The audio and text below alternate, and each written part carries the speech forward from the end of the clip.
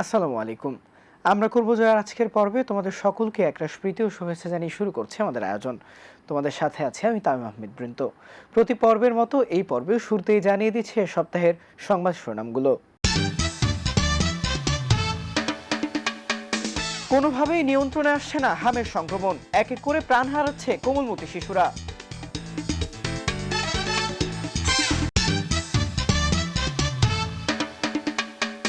শুরু হয়েছে এসএসসি ও সমমানের পরীক্ষা 2026। প্রথম দিনে অনুপস্থিত 4 লাখ শিক্ষার্থী।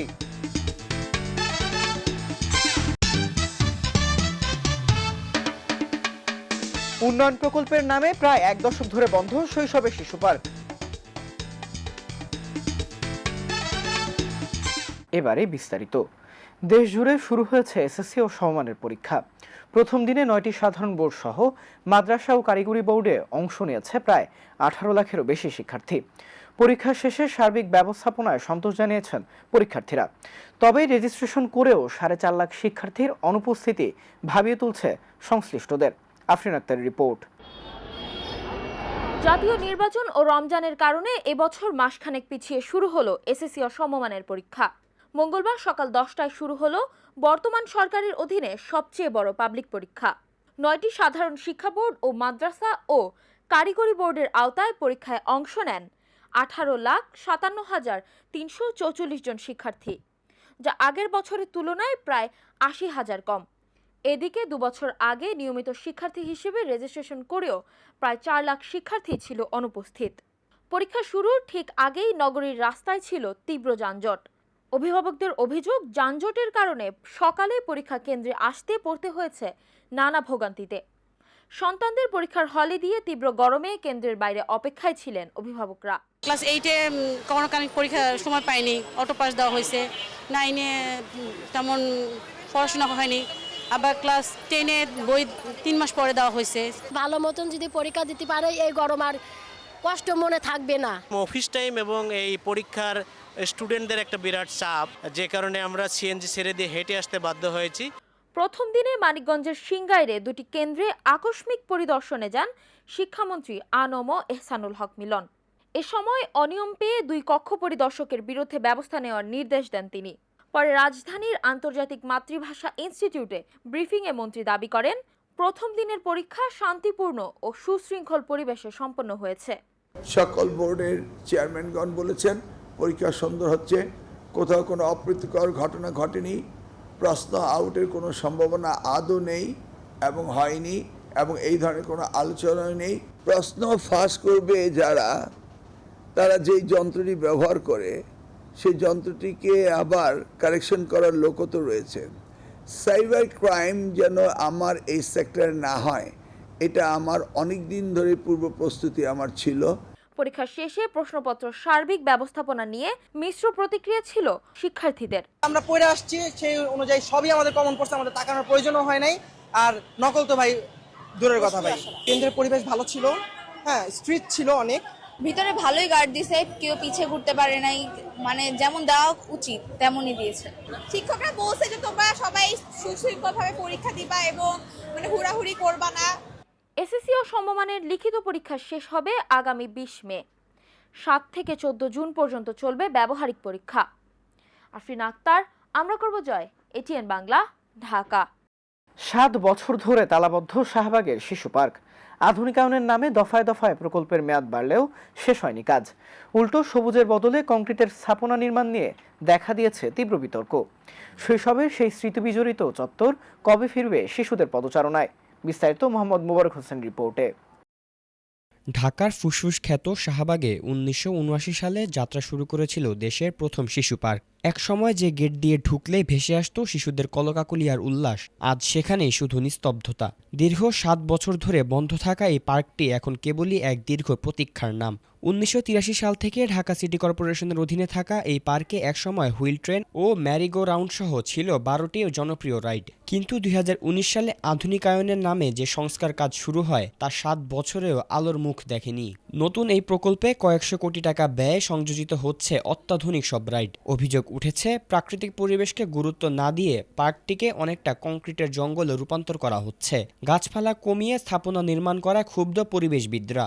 এখন এতটা বছর ধরে শিশু পার্কটাকে নষ্ট করে ভেঙে ফেলা হলো এবং যে ডিজাইনটা করা হলো আমরা সেখানে গিয়ে দেখেছি যে সেটা কনক্রিট আর কনক্রিট।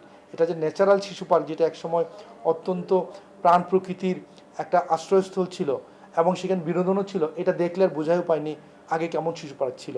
এবং এই ধরনের প্রকল্পের ডিজাইন করা যেটা যেই ঢাকা শহরে গরম অত্যন্ত বেশি, সবুজ নাই, সেখানে কনক্রিট আর কনক্রিট দিয়ে পুরো শিশু পার্কটাকে ঢেকে ফেলা হয়েছে এবং কনক্রিট দিয়ে ভারী করার কারণে প্রকল্পটা অনেক ভারী হয়েছে এবং এই শিশু পার্কটার এতদিন ধরেও এত বছর ধরেও প্রকল্পটা শেষ করতে পারলো না। বিশেষজ্ঞরা বলছেন বিশাল অঙ্কের এই বাজেট ব্যয় ছাড়াও কম খরচে এবং পরিবেশ বান্ধব উপায়ে পার্কটি সংস্কার করা সম্ভব ছিল। শিশু পার্কে আমরা যদি রিডিজাইন করতাম, সেটাকে আমরা বলি নেচার বেসড সলিউশন, হ্যাঁ, ল্যান্ডস্কেপিং সলিউশন, সেগুলো করলে তো আসলে প্রকল্পের টাকাটা কম থাকতো। তাই কি করা হয়েছে, এই শিশু পার্কটাকে একদম কনক্রিটের জঙ্গল বানানো হয়েছে, যেন আমার ইট কনক্রিটের পাথর যত আসবে সেখানে টাকাটা তত বেশি এখানে রোল করবে।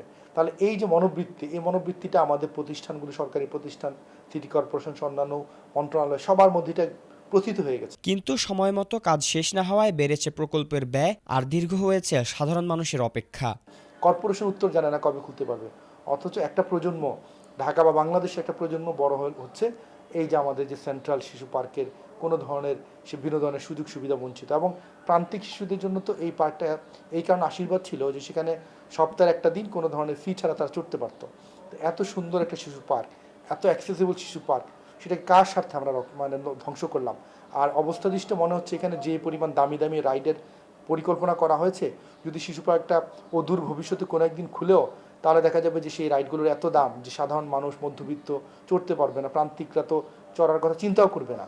তার একটা বাণিজ্যিক দৃষ্টিকোণ থেকে শিশু পার্কটাকে পরিবর্তন করা হয়েছে, যে পরিকল্পনার সাথে পরিকল্পনাবিদদের কোনো ইনপুট না হয় নাই, জনগণও জানে না, কিন্তু স্বেচ্ছাচারী একটা প্রকল্প। তবে এত সব সীমাবদ্ধতা আর বিতর্কের মধ্যেই ঢাকা দক্ষিণ সিটি কর্পোরেশন আবারও নতুন করেই ভাবছে।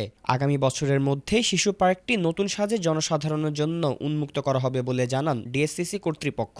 সংস্কারের দোহাই দিয়ে প্রায় 7 বছর যাবৎ বন্ধ রয়েছে ঢাকার শাহবাগে অবস্থিত শহীদ জিয়া শিশু পার্ক।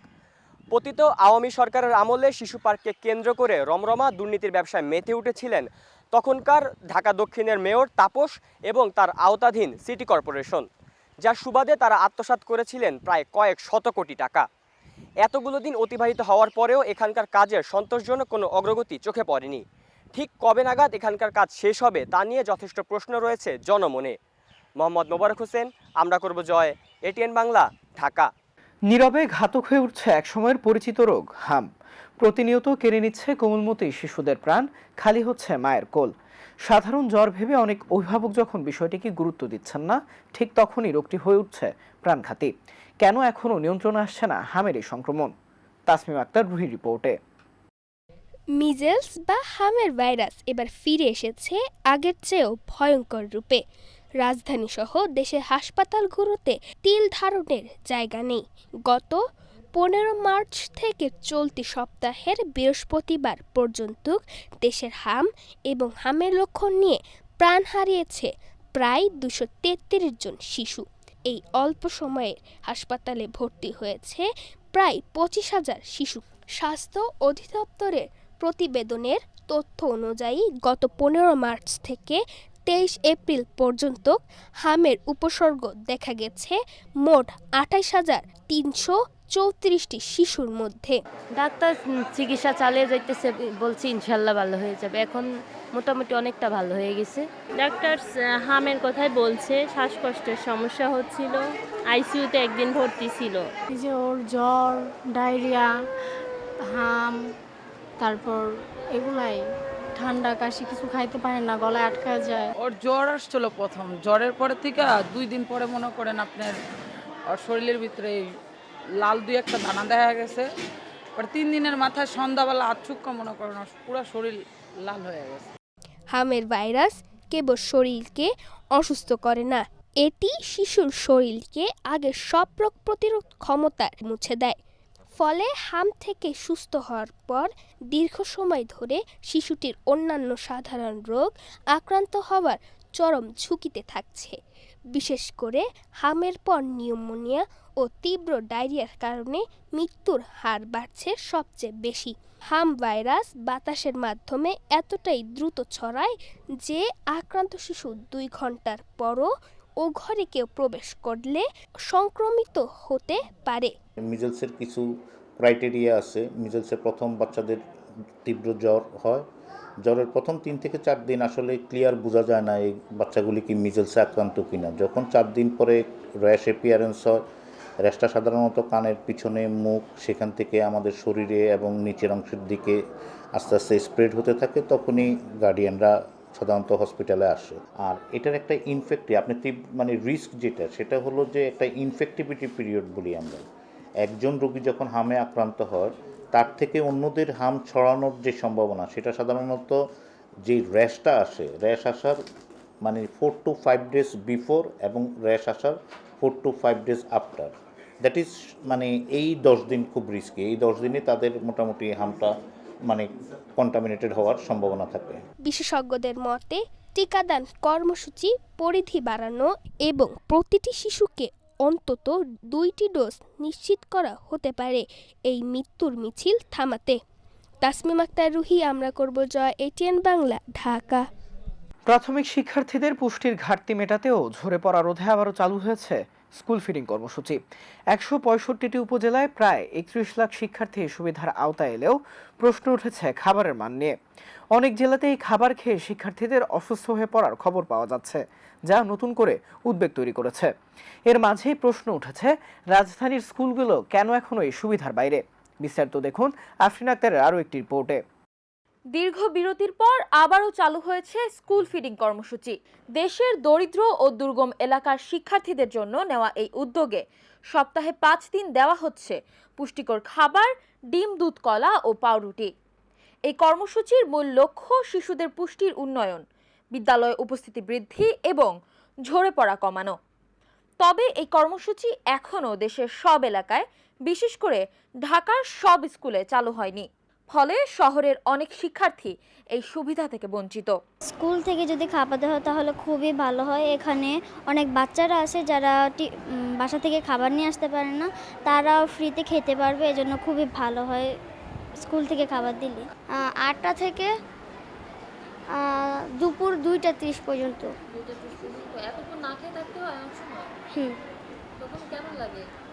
অনেক দুর্বল লাগে এবং একটু পড়ায় গেলে মন বসে না, আবার একটু অসুবিধা হয় পড়তে গেলে। আগে আম্মু টিফিন দিত, এখন বাসা থেকে অনেক সময় নিয়ে আসে, অনেক সময় নিয়ে আসে না, তাই খেতে পারি না। দিলে তো ভালো হতো। বাচ্চারা দেখা যাচ্ছে যে অনেক সময় সকালে অনেক সময় নাস্তা খেয়েও আসতে পারে, নাও খেয়েও আসতে পারে। যখন খেয়ে আসে তখন তো দেখা যাচ্ছে যে আমরা বাসা থেকে টিফিন বানিয়ে দেই, আর অনেক সময় দেখা যাচ্ছে তাড়াহুড়ার কারণে বা দেরি হয়ে গেলে তখন ওই না খেয়ে আসতে হয়। এই যে টিফিন দিয়েছে, বারবার বলতেছে আম্মু খিদা লাগছে। তখন যদি বাসা থেকে আমি টিফিন না নিয়ে, তাহলে থেকে রুটি বা পুরি এরকম কিছু না খাওয়াই। শুধু গ্রামাঞ্চল নয়, শহরের অনেক নিম্নবিত্ত পরিবারেও শিশুদের পুষ্টির ঘাটতি রয়েছে। এতে শিক্ষার্থীদের স্বাস্থ্য ও শিক্ষার মান দুই উন্নত হবে। শিশুদের দেখা যায় যে সে বিদ্যালয়ে আসছে, সে যদি ঠিকঠাক মতো খাবারটা খায় তাহলে সে পিসফুল মাইন্ডে থাকে, তার শরীর ভালো থাকলে সব কাজে মনোযোগ আসে। এটা আছে যে যেহেতু আমাদের দারিদ্র্যসীমার নিচে অসংখ্য শিশু আছে। বিশেষজ্ঞরা বলছেন, স্কুল ফিডিং কর্মসূচি শুধু পুষ্টি নিশ্চিত করে না, এটি শিক্ষার্থীদের উপস্থিতি বাড়ায়, তবে তা হতে হবে কোয়ালিটি এডুকেশন। প্রাথমিক শিক্ষা হচ্ছে বাধ্যতামূলক। এখন যেই শিক্ষাটা বাধ্যতামূলক, অর্থাৎ আমি শিক্ষার্থীদেরকে বাধ্য করছি, সেখানে তার সকল ধরনের কস্ট বিয়ার করতে হয় গভর্নমেন্টকে। যেমন তার কেবল টিউশন ফিজ মৌকুফ করা না, তার খাতা, কলম, পেন্সিল, তার যাতায়াতের ভাড়া, তার পোশাক, তার খাবার, এই সব কিছু ইনক্লুডেড। ইভেন অপরচুনিটি কস্ট, সে স্কুলে না আসলে সে কি করতো, কত টাকা ইনকাম করতে পারতো, সেটা দিয়ে দেওয়া হলো এর কাজ, এই প্যাকেজের মধ্যে পড়বে। তো আমরা হয়তো এতটা এখনই পারছি না। এর একটা বড় একটা ইয়ে হচ্ছে যে আমাদের যে বাজেট অতটা নেই। তো আমাদের যেহেতু বাজেট এখন জিডিপির 5% বরাদ্দের কথা বলা হচ্ছে, তো আমরা আশা করি ধীরে ধীরে এগুলো হবে। দেশের 165টি উপজেলায় সফলভাবে চালু হওয়া এই কর্মসূচি যদি ঢাকার সব স্কুলে সম্প্রসারণ করা যায়, তাহলে শহরের হাজারো শিক্ষার্থীও এর সুফল পাবে। পুষ্টি ও শিক্ষার এই সমন্বিত উদ্যোগ ভবিষ্যৎ প্রজন্ম গঠনে গুরুত্বপূর্ণ ভূমিকা রাখতে পারে।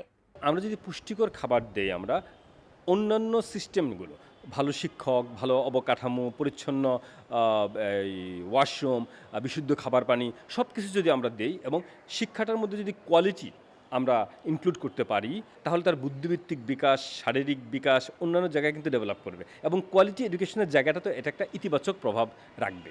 আফরিন আক্তার, আমরা করব জয়, এটিএন বাংলা, ঢাকা। তীব্র গরমে নাভিশ্বাস জনজীবন, আর এই গরমে সবচেয়ে বেশি ঝুঁকিতে আমাদের শিশুরা। একদিকে স্কুলের চাপ, অন্যদিকে অসহ্য গরম, দুয়ে মিলে ব্যাহত হচ্ছে তাদের স্বাভাবিক বেড়ে ওঠা। শুধু শারীরিক নয়, দীর্ঘমেয়াদী মানসিক চাপের মুখেও পড়ছে শিক্ষার্থীরা। বিস্তারিত সাবিহা আঞ্জুম পৌষির প্রতিবেদনে। দেশ জুড়ে চলমান তীব্র তাপ প্রবাহে এখন নাভিশ্বাস জনজীবন, আর এই গরমের মাঝেই চলছে শিক্ষা কার্যক্রম। দীর্ঘ সময় ক্লাসে বসে থাকা, পর্যাপ্ত বাতাসের অভাব আর লোডশেডিং এ হাঁপিয়ে উঠছে স্কুলগামী শিক্ষার্থীরা। টিফিনের সময় মাঠে দৌড়ঝাঁপ করার বদলে তারা এখন একটু ছায়ার খোঁজে ক্লান্ত হয়ে বসে থাকে। অতিরিক্ত গরমে দ্রুত ক্লান্ত হয়ে পড়ায় পড়াশোনায় মনোযোগ দেওয়া যেন কঠিন হয়ে দাঁড়িয়েছে তাদের জন্য। অনেক সময় আমার গরমে মাথা ঘোরায়, জ্বর উঠে, মানে আর ভালো লাগে না। ওই যে পড়তে বলে, বেশি করে পড়তে বলে, পানি খেতে বলে।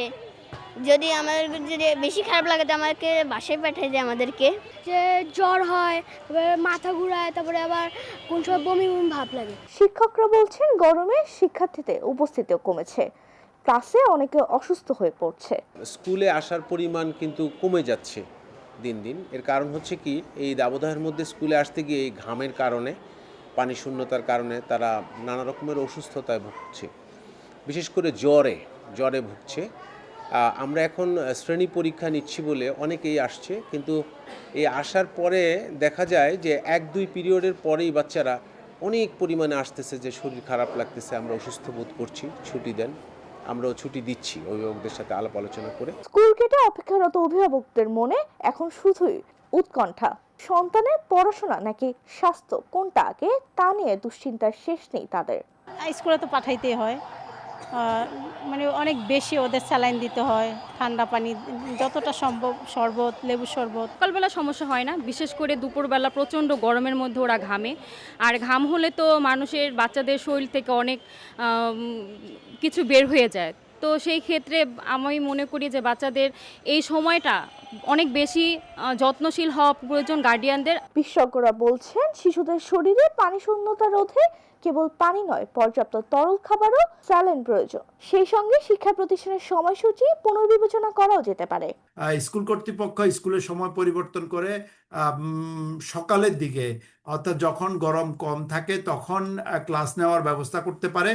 অতিরিক্ত তাপমাত্রা যদি হিটওয়েভের তীব্রতা, অর্থাৎ চরম বা তীব্র হিটওয়েভ যদি হয়, তখন ছুটি ঘোষণা করা যেতে পারে এবং শিশুদের শ্রেণীকক্ষে পর্যাপ্ত বাতাস চলাচলের কিংবা ন্যাচারাল ভেন্টিলেশনের ব্যবস্থা করাটা নিশ্চিত করতে হবে।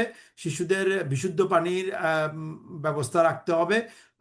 অতিরিক্ত শারীরিক কার্যক্রম যেমন পিটি, প্যারেড, খেলাধুলা, এগুলো তীব্র হিটওয়েভের সময় সীমিত রাখার ব্যবস্থা করতে হবে এবং হিট স্ট্রোক সম্পর্কে শিক্ষক, শিক্ষার্থী সকলকে সচেতন করতে হবে। অপরিকল্পিত নগরায়ন আর অবাধে গাছ কাটার ফল ভোগ করছে নগরবাসী। বৃষ্টিহীন দীর্ঘ এই খরা কেবল কৃষি নয়, মানুষের মানসিক স্বাস্থ্যের উপর ফেলছে বিরূপ প্রভাব বলে মনে করছেন বিশেষজ্ঞরা। সাবিহা আঞ্জুম পৌষি, আমরা করব জয়, এটিএন বাংলা, ঢাকা। রাজধানীর ক্রমাগত নগরায়ন কেড়ে নিচ্ছে শিশুদের উন্মুক্ত শৈশব।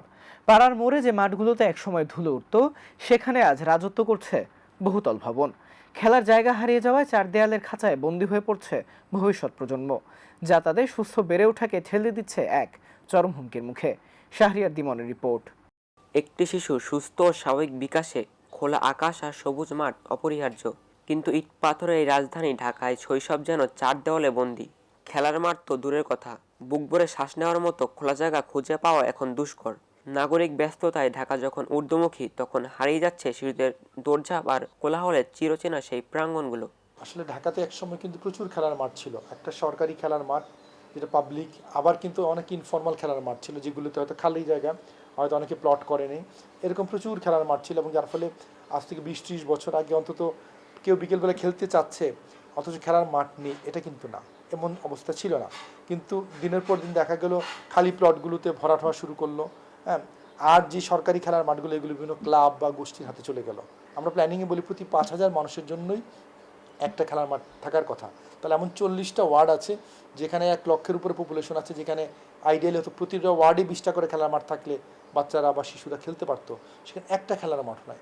এই অবস্থায় আমাদের শিশু কিশোররা কিন্তু খেলার সুযোগ বঞ্চিত অবস্থাতেই বড় হচ্ছে। পরিসংখ্যান বলছে ঢাকার 2 সিটি কর্পোরেশনের 129টি ওয়ার্ডের মধ্যে প্রায় 37 থেকে 41টি ওয়ার্ডে কোনো খেলার মাঠই নেই।